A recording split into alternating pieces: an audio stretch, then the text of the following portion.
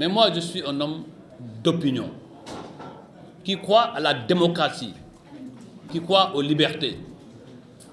Il y a ce qui appartient au parti, il y a ce qui appartient au parti, il y a ce qui appartient à la République, mais aussi il y a quelque chose qui m'appartient à moi. Et de cette liberté, j'ai voulu aujourd'hui agir au titre de mes droits constitutionnels de citoyen sénégalais. J'aurais pu agir par victimisation. J'ai refusé tout acte qui noircit notre pays, tout acte qui avilit le Sénégal. De quoi s'agit-il réellement? Tout le monde sait que je suis vice-président de la Fédération sénégalaise de football. Tout le monde sait, à chaque fois que le temps me l'a donné, je me suis consacré à cette équipe nationale de football. Nous devions jouer ce matin contre le Burundi. Bien évidemment, après un match pénible à Dakar contre le Burkina Faso, le Sénégal, l'État du Sénégal, a affrété un avion spécial pour aller se déplacer au Malawi, parce que le match se tient au Malawi. L'État du Sénégal a reçu le manifeste de tous les dirigeants qui doivent faire le déplacement, et mon nom y figurait. Personne ne m'a signalé rien du tout. C'est à 3 heures du matin que je me suis rendu à l'aéroport. À l'aéroport, j'ai fait toutes les formalités. Toutes les formalités, dis-je. Je vais vous les montrer d'ailleurs. Ma carte d'embarquement que voici. Mon passeport ordinaire sénégalais. Je ne suis pas, à ce que je sache, un Guinéen.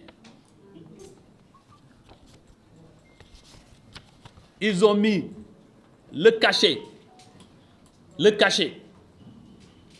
Ils ont mis le cachet. Et après, tranquillement, je devais faire la traversée. Quand je devais faire la traversée, un policier est venu gentiment me dire: Monsieur le ministre, je voudrais avoir votre passeport, il y a une petite vérification. J'ai obtempéré.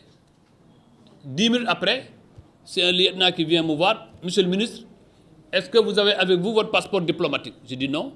Moi, depuis la chute du régime, j'ai renouvelé mon passeport ordinaire et qui est daté du 18 avril 2024. Je lui ai dit, moi, je n'ai que mon passeport ordinaire. Il me dit oui. Après, il hésite un peu.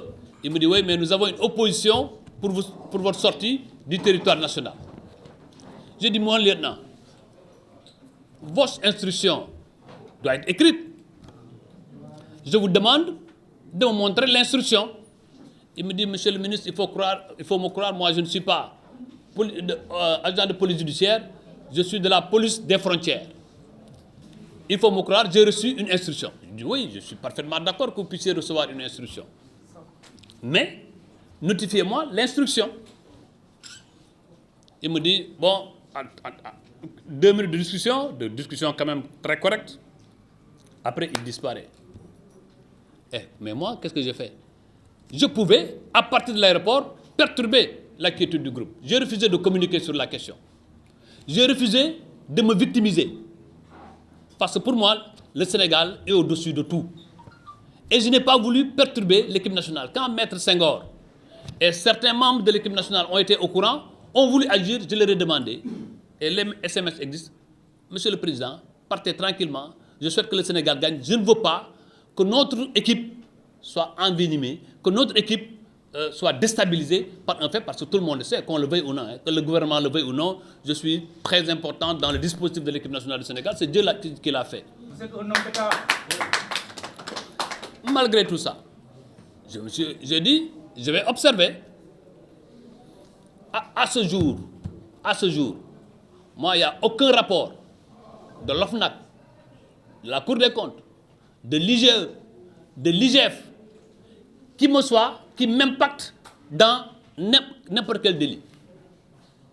Je n'ai à ce jour reçu aucun texte qui me dise que dans ma gestion, voilà ce qu'on te reproche. Mais en vérité, il ne faut pas se cacher. Le collectif des avocats du parti va agir sur la question juridique et sur d'autres questions. Mais il ne faut pas vous tromper. L'attitude est très claire. Abdoulaye Sow est visé depuis le 24 mars. Parce que moi, depuis le 24 mars, j'ai déclaré que je suis dans l'opposition. Et si cela pense, et si un instant on peut penser que m'empêcher de voyager, moi, Abdoulaye Sow, si vous m'empêchez de voyager, et j'ai entendu dire, oui, les gens voulaient fuir. Ceux qui veulent fuir vont partir dans un avion affrété par l'État du Sénégal, dans lequel il y a 5 agents de sécurité. Et moi, si je devais fuir, j'irais au Malawi. Moi, je peux dire ici, et devant tout le monde, moi, je n'ai aucun bien à l'étranger. Je n'ai pas un compte qui a 3 millions de francs CFA, autre que mon salaire. Je peux brandir mon compte devant le Sénégal. Je n'ai aucun bien à l'étranger. Je n'ai aucun parent à l'étranger. Qu'est-ce que je voudrais pour aller fuir? Ils ne me connaissent pas, ils ne connaissent pas mon sang. Ils ne savent pas d'où je viens. C'est pourquoi dire, oui, certains dignitaires, aux dignitaires de l'État, tenter de fuir. Moi, Ousmane Sonko se trompe. Et il se trompera lourdement parce que nous ferons face. Moi, tant que j'aurai vie, je ferai face. Oui. Aucune intimidation ne peut m'ébranler. Je ne peux pas revenir sur beaucoup de détails. Et là, peut-être je pourrais répondre à quelques questions. Parce que moi, je ne suis pas du genre à faire un point de presse et à vous laisser les choses. Non.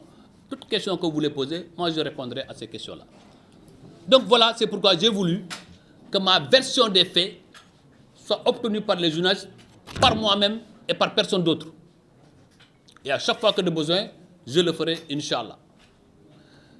Loolu laa bëggoon leeral balaa nag may commencer ci wolof tey mouvement sportif dafa am dëj bu rëy